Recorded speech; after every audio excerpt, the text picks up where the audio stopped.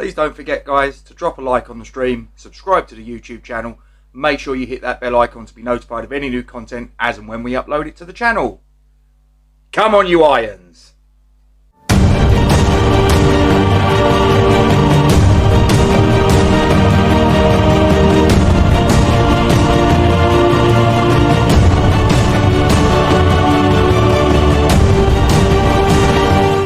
Good morning, good afternoon, good evening, good night. Whatever time of day it is, wherever you're watching this around the world, welcome to Forged from Iron, and I am Gatesy, your host.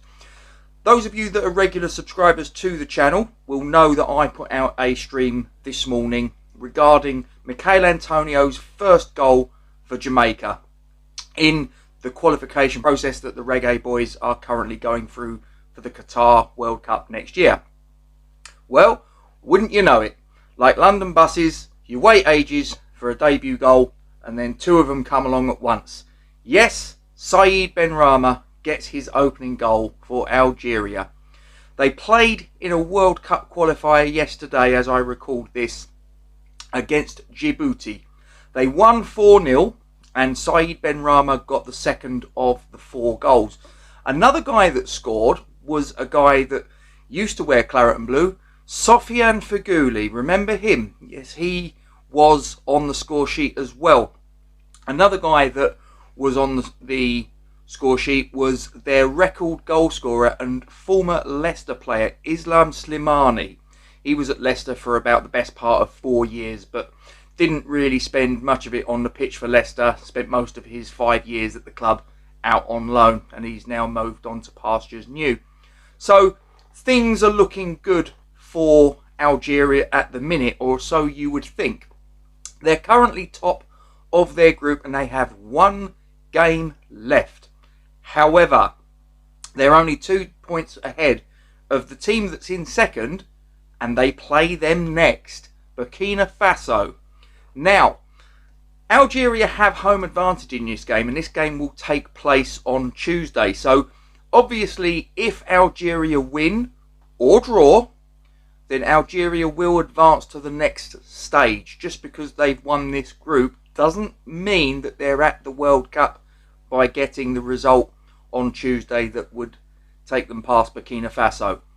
No, that's not how it works in the African Confederation. If Algeria win on Tuesday or draw and thereby win the group, they will advance to the third and final stage of the qualification process in the African Confederation. And what will happen is there are currently 10 African groups. The 10 winners will advance, and there are 5 ties that will be played home and away. So Algeria could play another team, another group winner, if they get past Burkina Faso on Tuesday. And they play home and away. Extra time and penalties can be used if required, and the 5 winners of those 5 ties will advance to the World Cup in Qatar 2022. Now, just for a little bit of context, for those of you that are not too sure about how Algeria are doing beyond this qualification process, well, they're currently on a 32-match unbeaten streak. They are also the reigning champions of the African Cup of Nations. They won that title for the second time in 2019. So they are currently in quite a hot streak of form.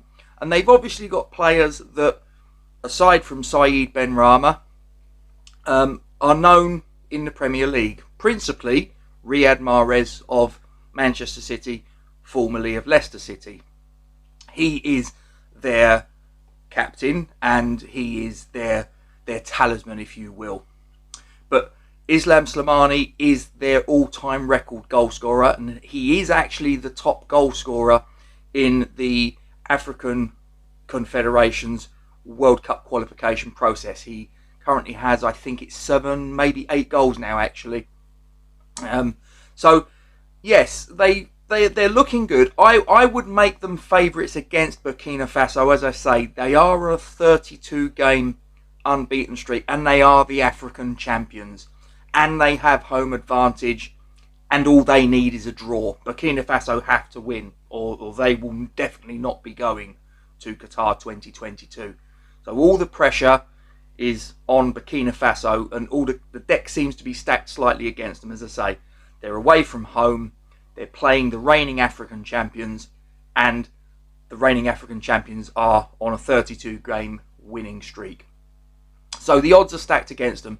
But as I say, even if Algeria get the result on Tuesday that they need, they still have to go through this home and away playoff. But, as I say, because they're African champions, they're going to be a tough nut to crack. So, could it be that we're going to see a World Cup in Qatar 2022 with Saïd Benrahma showing the world what he's all about, which so far in the Premier League has been absolutely magnificent.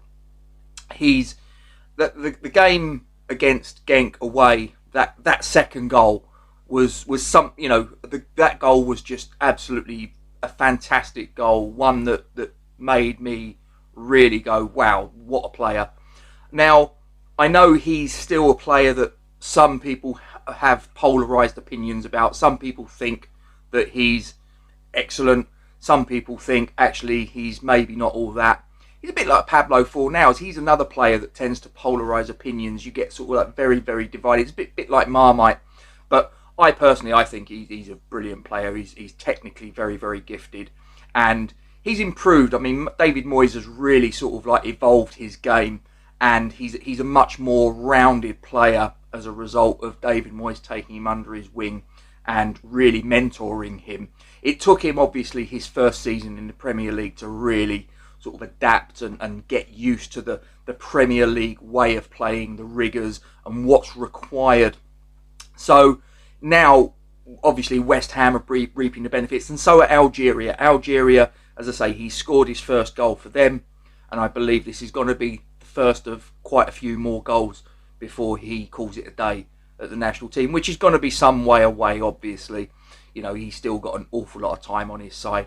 So it could well be that we have a World Cup next year where we have multiple West Ham players.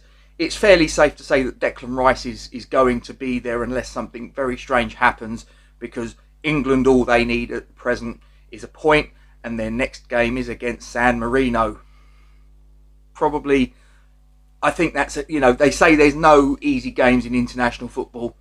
There is, and that's it. So let's have it right. Declan Rice, unless something very strange happens, is going to be at the World Cup. And it looks like it could well be that Saïd Benrahma is going to join him as well. There's an outside chance, as I said on the video this morning, it's going to require an awful lot of luck and a real upturn in form for Jamaica. But I'll keep my fingers crossed that Michail Antonio has an outside chance of making it. And obviously, the Czech boys, Thomas Souček, Vladimir Tufal, Alex Krau could be there, who knows, and maybe even Andrei Yarmolenko. So fingers crossed for them. But for this one, it's all credit to Algeria and all credit to Saïd Benrahma, the magician from Algeria, getting his first goal for his nation, hopefully the first of many, and hopefully we'll see him at the World Cup next year in Qatar, strutting his stuff and showing the world what a fantastic player he actually is.